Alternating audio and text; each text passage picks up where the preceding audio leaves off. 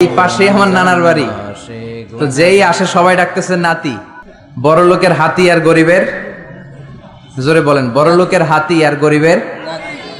বিশ্বনবী তার নাতিদেরকে খুব পছন্দ করতেন, ঠিক কিনা? হাসান হোসাইনকে খুব পছন্দ করতেন। হাসান হোসাইনের গায়ের এমন কোনো জায়গা নাই যে জায়গায় বিশ্বনবী চুমো দেন নাই। সুবহানাল্লাহ। রাইহানাতাইন, বিশ্বনবী বলতেন হাসান হোসাইন হচ্ছে আমার পারফিউম, হাসান হোসাইন হচ্ছে আমার আতর। হাসান হোসাইনের গা থেকে বিশ্বনবী সাল্লাল্লাহু আলাইহি ওয়াসাল্লাম সুগন্ধি নিতেন। এবং এমন নাতি হাসান আর হোসাইন সাইয়্যিদা শাবাবি আহলিল জান্নাহ, জান্নাতে যত যুবকেরা যাবে সব যুবকদের সর্দার হবে হাসান আর হোসাইন। চিল্লায় বলেন আল্লাহু আকবার। আপনারা যারাই জান্নাতে যাবেন যুবক হয়ে যাবেন। আহলুল জান্নাতি, হাদিসে আছে জুরদা ওয়া মুরদা। জুরদা মানি যেই লোকের দেহে কোনো পশম নাই, মুরদা মানি যেই লোকের গালে কোনো দাড়ি নাই। দুনিয়াতে আপনারা দাড়ি রাখবেন, দুনিয়াতে গায়ে পশম আছে, কিন্তু জান্নাতে আমরা যখন ঢুকবো আমাদের গায়ে কোনো পশমও থাকবে না, আমাদের গালে কোনো দাড়িও থাকবে না। আর সবাই হবে আবনা ও সালাসু ওয়া সালাসিন, 33 বছরের যুবক। প্রত্যেকের বয়স হবে 33 বছর। 33 বছরের তাগড়া যুবক হয়ে সবাই জান্নাতে ঢুকবে। চিল্লায় পড়েন আল্লাহু আকবার। আবার লোকেরা যখন জান্নাতে যাবে কেউ কালো থাকবে না, সবাই সুন্দর হবে। সুন্দর বানাবে কে? যত নারীরা ঢুকবে কেউ ছোট হবে না, কিশোরী হবে না, বয়োবৃদ্ধা হবে না, সব নারীদেরকে যুবতী বানাবে কে? জান্নাত হচ্ছে যুবক যুবতীদের জায়গা, বয়স্কদের স্থান নাই। আপনারা যারা বয়স্ক আপনারা রাগ করেন না, আপনারা যুবক হয়ে ঢুকবেন। চিল্লায় বলেন আল্লাহু আকবার। এক মহিলা এসে বলল, ইয়া রাসূলুল্লাহ আউসিনি, আমাকে কিছু ওসিয়ত করেন, কিছু নসিহত করেন, কিছু উপদেশ দেন। বিশ্বনবী বললেন, তোমারে উপদেশ দিয়ে কি লাভ? তুমি এত কালোর কালো, কোনো কালো মানুষ তো জান্নাতে যাবে না। মহিলা কাঁদতে শুরু করে দিল, ইয়া রাসূলুল্লাহ আপনি বলেছেন আল মারআতু ইদা সাল্লাত খামসাহা সামাত শাহরাহা হাফিজাত ফুরুজাহা আতাআত বা'লাহা ফালতাদখুল মিন আইয়ি আবওয়াবিল জান্নাতি শাআত। ও নবী, আপনি নারীদেরকে প্রেসক্রিপশন দিয়েছেন 4টা। চিল্লায় বলেন কয়টা? নারীরা 4টা প্রেসক্রিপশন মানলে 8টা জান্নাতের দরজা খুলে দিবে কে? আল্লাহ। 1 নম্বরে নারীরা যদি সালাত আদায় করে, 2 নম্বরে নারীরা যদি রমাদানে সিয়াম আদায় করে, 3 নম্বরে নারীরা যদি লজ্জাস্থানের হেফাজত করে, পরকিয়া না করে। পরকিয়ার সমস্যা আছে না নাই? ইললিগ্যাল রিলেশনশিপ, বিবাহ বহির্ভূত সম্পর্ক। আমাদের কাছে পার্সোনালি অনেক SMS আসে, ফোন আসে যে হুজুর এই পরকিয়ার ঝামেলায় পুরা বাংলাদেশটা এখন জাহান্নামের টুকরা হয়ে গিয়েছে। চিল্লায় বলেন ঠিক কিনা? জি বাংলা, স্টার জলসা, কিরণমালা, ইন্ডিয়ান সিনেমাগুলো এগুলো আমাদেরকে শিখায়। আমাদের ফ্যামিলি বন্ডেজ নাই, আমাদের রিলেশনশিপ নাই, আমাদের নিজেদের মধ্যে ভালোবাসা নাই। একটা সময় ছিল ফ্যামিলিতে খুব বেশি ভালোবাসা ছিল। স্বামী আর স্ত্রী এই উভয়ের সম্পর্ক হচ্ছে হাত আর চোখের মতো। কিসের মতো? চোখ যদি কাঁদে হাত সেটা মুছে দেয়, আর হাত যদি ব্যথা পায় চোখ দিয়ে পানি পড়ে। চিল্লায় এখন ঠিক কিনা? কিন্তু এই ভালোবাসা নেই এখন। প্রত্যেকটা ফ্যামিলি ভালোবাসা শূন্য। এক একটা ফ্যামিলি পরকীয়ার ফ্যামিলিতে রূপান্তরিত হতে চলেছে। চিল্লায় বলেন ঠিক কিনা?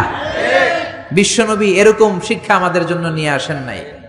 বিশ্বনবী নিয়ে এসেছেন ইউনিভার্সাল শিক্ষা।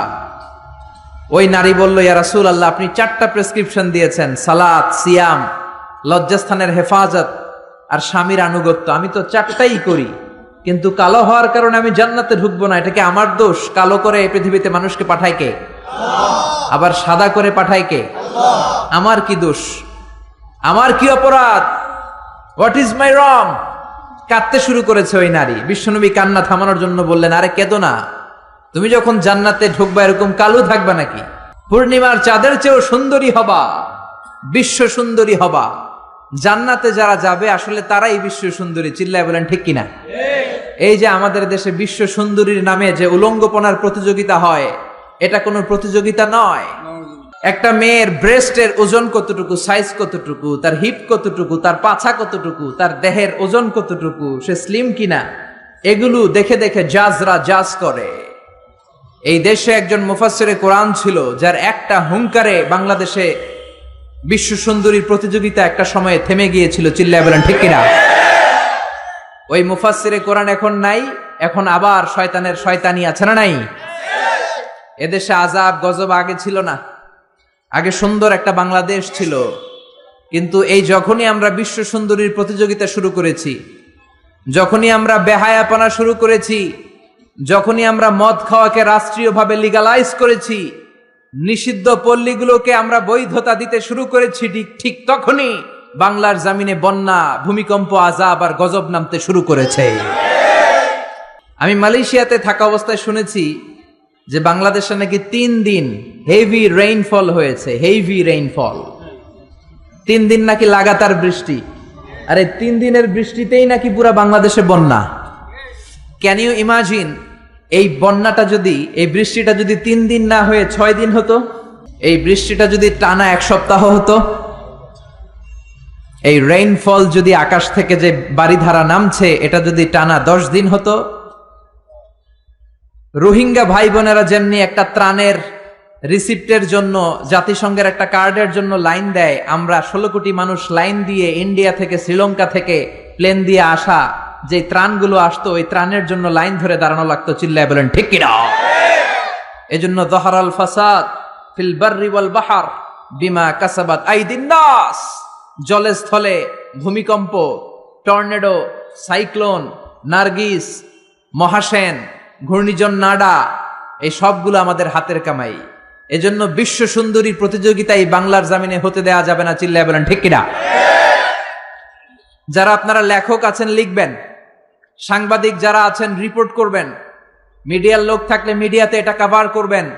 বিশ্ব সুন্দরী প্রতিযোগিতার সাথে বাংলাদেশের ধর্মপ্রাণ মানুষের কোনো সম্পর্ক নাই। চিল্লায় বলেন ঠিক কিনা? এই দেশকে আযাব আর গজব থেকে বাঁচাতে হলে এই বেহায়াপনা আমাদের বন্ধ করতে হবে।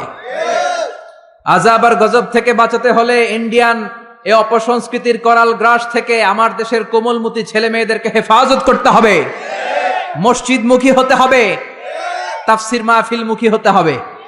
আল্লাহ আমাদের সবাইকে কথাগুলো বুঝার ও আমল করার তৌফিক দান করুক। পড়েন আমিন।